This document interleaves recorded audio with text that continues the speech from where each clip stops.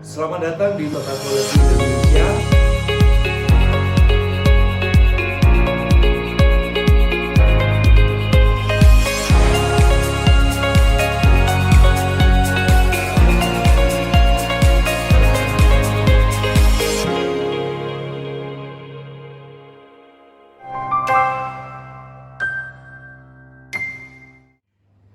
Dan kali ini kita akan lanjutkan ke bagian segmen yang ketiga dari pertemuan kita bersama leader dari Mahkota Group, yaitu Bapak Usri Sarsi.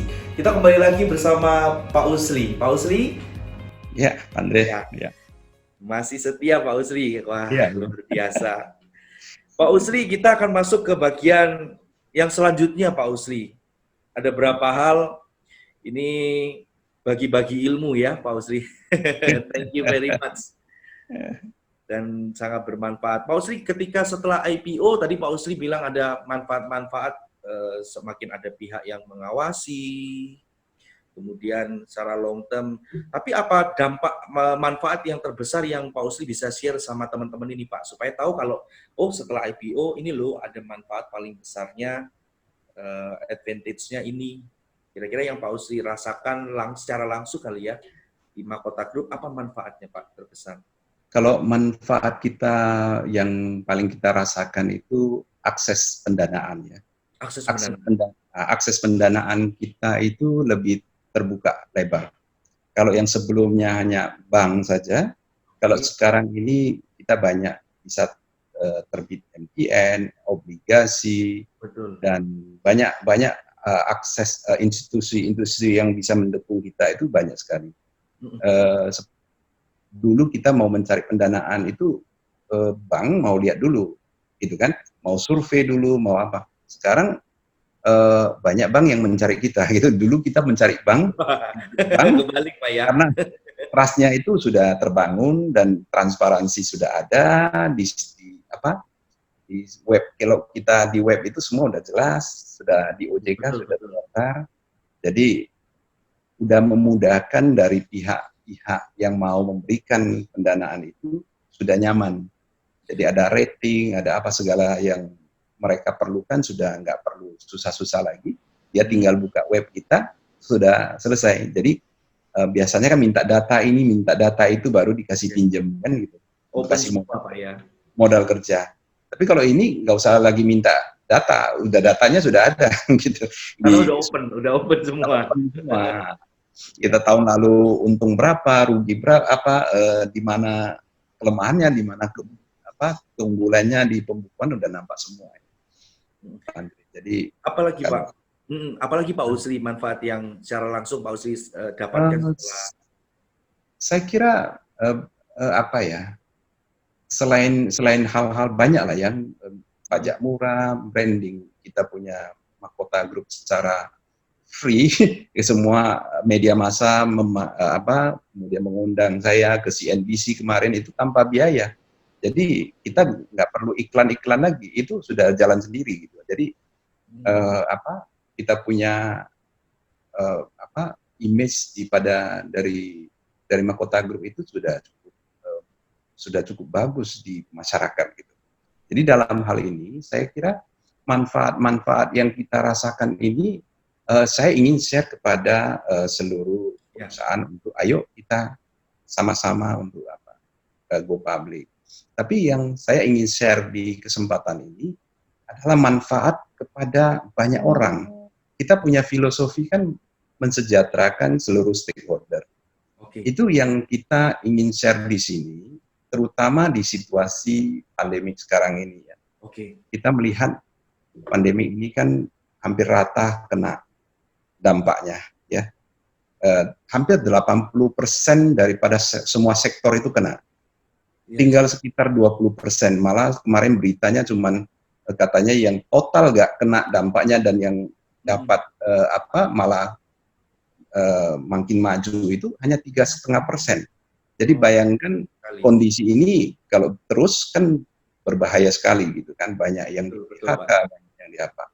Jadi saya di sini ingin sebenarnya menyampaikan selain kita merasakan manfaat, tentunya kita juga share pada investor, terutama dari kalangan muda, mahasiswa. Kemarin saya di UMI, saya sampaikan ke sana, semua saya rajin turun untuk bagaimana anak-anak muda ya, yang apalagi sekarang ini bukan anak muda lagi yang punya usaha-usaha buka toko, kemudian tokonya nggak, omsetnya turun separuh dan yang lain-lainnya. Saya di sini ingin men-sharing begini. Ayo kita jadi investor. Jadi jangan hanya menjadi pelaku usaha. Jadi kalau ada di kuadran itu, kita ada 4 kuadran yang harus kita minimalnya 2 kuadran lah kita masuk. Jadi selain pelaku usaha atau menjadi staf atau karyawan di satu perusahaan, tapi kita juga bisa jadi investor 1 kuadran lagi. Jadi jadi investor itu penting. Jadi saya ingin ceritakan di negara-negara tetangga saja, negara tetangga seperti Malaysia itu sudah dari total jumlah penduduk yang jadi investor itu 12%, Pak Andre. 12% ya? 12%. Di Taiwan, di Hong Kong itu rata-rata 30%, di Taiwan 40% terhadap jumlah penduduk. Ya. Tahu Pak Andre, saya bikin pertanyaan Pak Andre, berapa persen yang menjadi investor di pasar modal rasionya di Indonesia?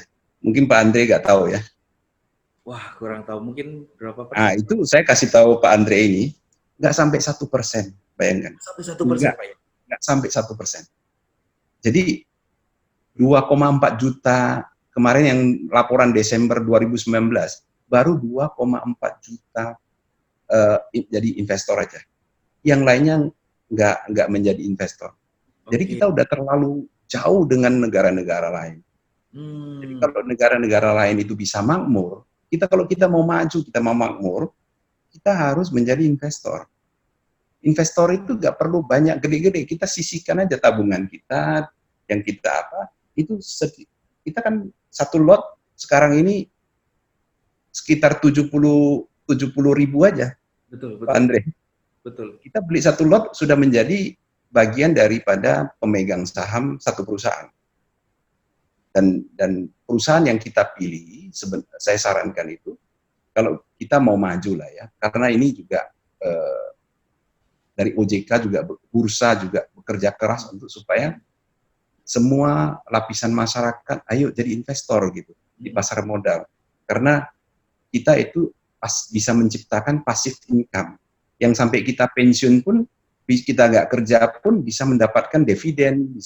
Kita enak mana, saya sering bilang sama mahasiswa, enak mana kalau kita mau memulai usaha dan usahanya belum tentu jalan, kita harus keluarkan berapa puluh juta untuk invest, beberapa teman belum tentu jalan, dan itu sudah, kalau buka kafe sudah begitu banyak kafe yang persaingannya berat sekali kan gitu.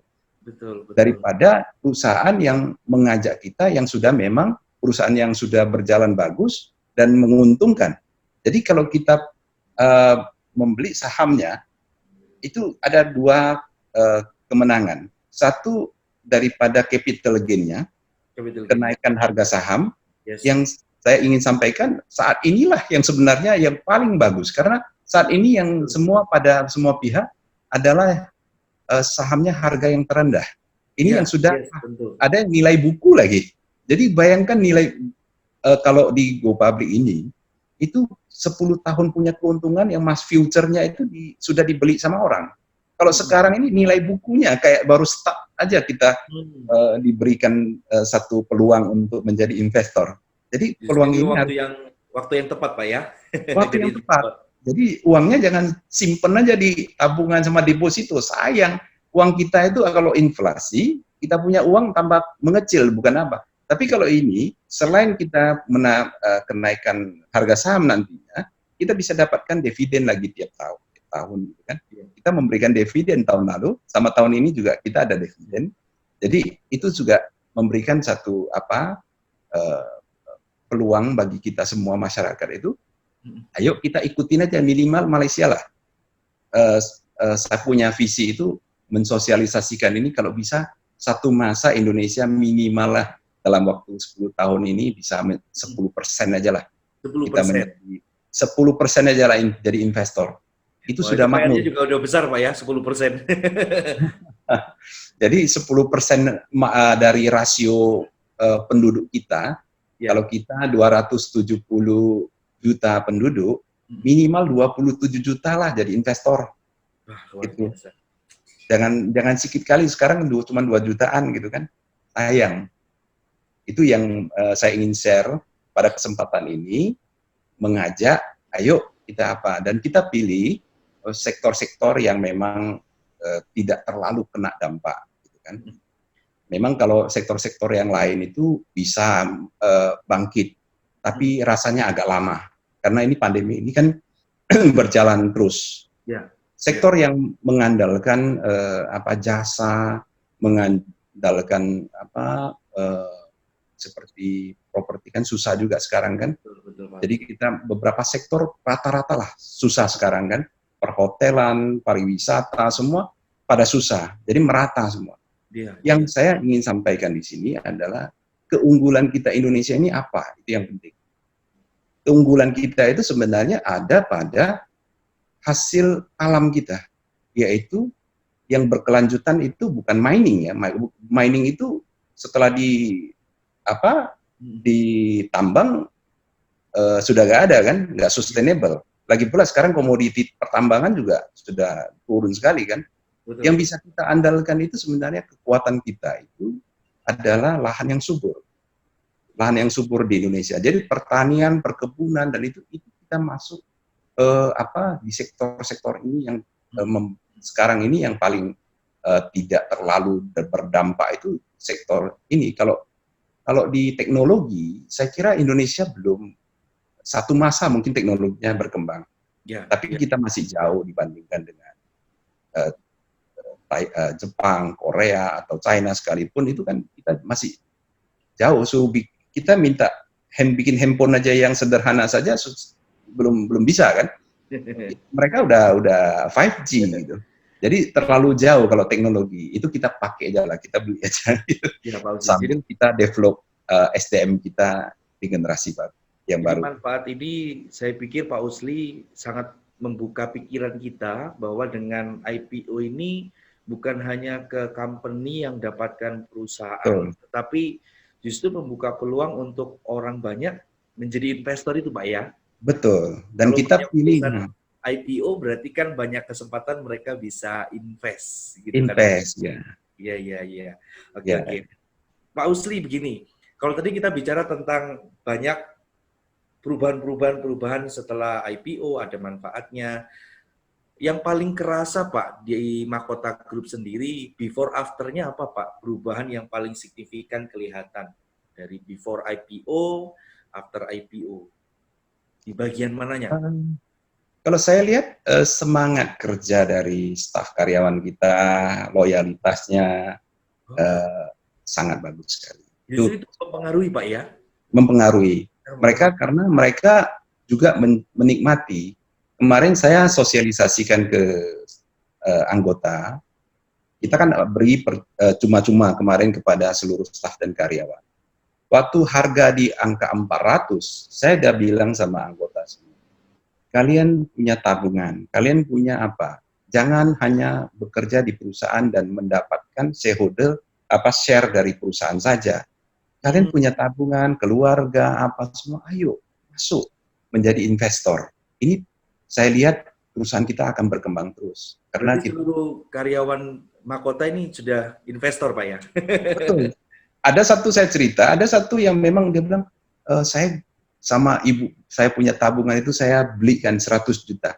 Sekarang dia punya 100 juta itu udah menjadi 170 juta gitu kan. Menarik, jadi bayangkan dia kumpulkan seumur hidup dia sama keluarganya cuma 100 juta, tiba-tiba dia masuk dalam hitungan berapa bulan dia udah loncat ke 170 juta. Jadi 70 juta itu dia udah berkembang gitu. Ini arahan yang menarik juga ya. Jadi secara langsung juga ada dampaknya kepada teman-teman karyawan, tim kita ya, sehingga mereka bisa semangat. Loyalitasnya itu tentunya ikut memiliki gitu kan. Itu yang nggak didapat sebelum IPO, Pak ya? Sebelum IPO. Kita pikir Sebelum, Pak. kepingin supaya seperti kakak ya, Ya. sekarang sudah di Dewan Komisaris. Dia terus beritahukan ke saya bagaimana ya kita mau kasih memberikan kesejahteraan pada staf karyawan kita juga, jangan kita yang nikmati. Gimana caranya ya? Saya bilang satu-satunya jalan go public. Wah, Kemudian spesies. share-nya itu bisa apa? Kalau nggak bisa. Mm-mm. Jadi itulah wujud daripada pemikiran sebelum IPO kemarin, dan ini sudah terwujud dan semua happy sekali. Dan saya yakin loyalitas daripada staf karyawan kita itu, Ya, apalagi di training sama dahsyat sekali. TQ ya. Saya tahu. Saya pikir Mahkota Group sangat sangat memperhatikan teman-teman tim, karena perubahan ini kelihatan sekali ya, bahwa Pak Usli, teman-teman tim memperhatikan sekali bagaimana karyawannya juga bisa tumbuh, begitu Pak ya? Betul. Bukan hanya satu bagian, tapi semuanya bisa tumbuh. Semua. Salah satunya dengan IPO ya, Ya, Pak Usli. Pak, kalau after IPO, pasti kan ada sesuatu yang berbeda dari tadi, ada pengawasan lah, lebih tertata. Tapi apakah muncul tantangan-tantangan baru Pak setelah itu? Setelah kita eh, IPO? sepanjang ini tantangan yang berat sih enggak. Kalau ya biasalah, kalau seandainya target dan yang lain, wartawan juga menanyakan targetnya kenapa nggak tercapai, itu biasalah. Itu memang tantangan-tantangan. Apa yang kita sebutkan itu menjadi satu hal yang harus kita penuhi. Tapi di lain pihak, itu kan di luar kontrol kita. Seperti tahun kemarin, kita pasang target ya. Di 2018 kita mendapatkan satu laba bersih yang lumayan. Oke. 84 miliar laba bersihnya. Kita harapkan sebenarnya tahun 2019 malah loncat ke 120-an miliar, kemudian ada refinery, kita harapkan lagi kita bisa dividen, kita apa. Ternyata di 2019 ada hal yang di luar dugaan, seperti Eropa memban sawit, kemudian betul. banyak hal yang terjadi kita di luar kontrol kita. Jadi satu tantangan deh, satu tantangan untuk bagaimana menjelaskan. Jadi memang mudah juga saya sampaikan, perusahaan-perusahaan yang sejenis emiten yang sawit itu kita di 2019 semua pada turun. Ada yang turun sampai tinggal turun 90% income laba bersihnya gitu. Jadi kita bisa menjelaskan dengan data-data yang konkret lah. Mereka juga bisa melihat. Tapi kalau sawit ini saya kira satu prospek yang sangat luar biasa ke depan, karena dia bukan hanya untuk, dia kan salah satu makanan pokok juga, minyak goreng kan. Betul, selain itu dia bisa ratusan produk yang bisa termasuk sabun dan lain-lainnya. Sabun, parfum itu semua menggunakan CPO, menggunakan minyak kernel. Dan bukan itu saja, consumer good semua, yang pemakaian sempo semua, juga margarin, makanan, kemudian juga sekarang ini B30, B50 untuk energi, jadi saya bilang bukan untuk konsumsi makan saja, tapi juga untuk energi, untuk biodiesel, itu semua digunakan. Jadi sawit ini saya kira prospek ke depan masih, saya bilang nggak tahu ya, kalau di luar daripada saya kira 30-50 tahun saya berani katakan masih prospek. Ini prospek yang sangat positif Pak ya, masih ya. Sangat positif. Ini keunggulan kita, karena kita 2 musim, di luar negeri itu 4 musim, di Jepang, di China itu, jangan dia bilang gini, jangan kita coba bersaing dengan China, karena mereka semua sudah cost-nya semua udah rendah, mereka akan menang di semua lini. Tapi sawit ini mereka nggak bisa tanamin di China, itu nggak cocok musimnya. Di Indonesia baru tumbuh 2 musim dia. Jadi kita harus pilih keunggulan kita ini di Indonesia ini apa. Jadi kalau mereka perlu minyak goreng, mereka perlu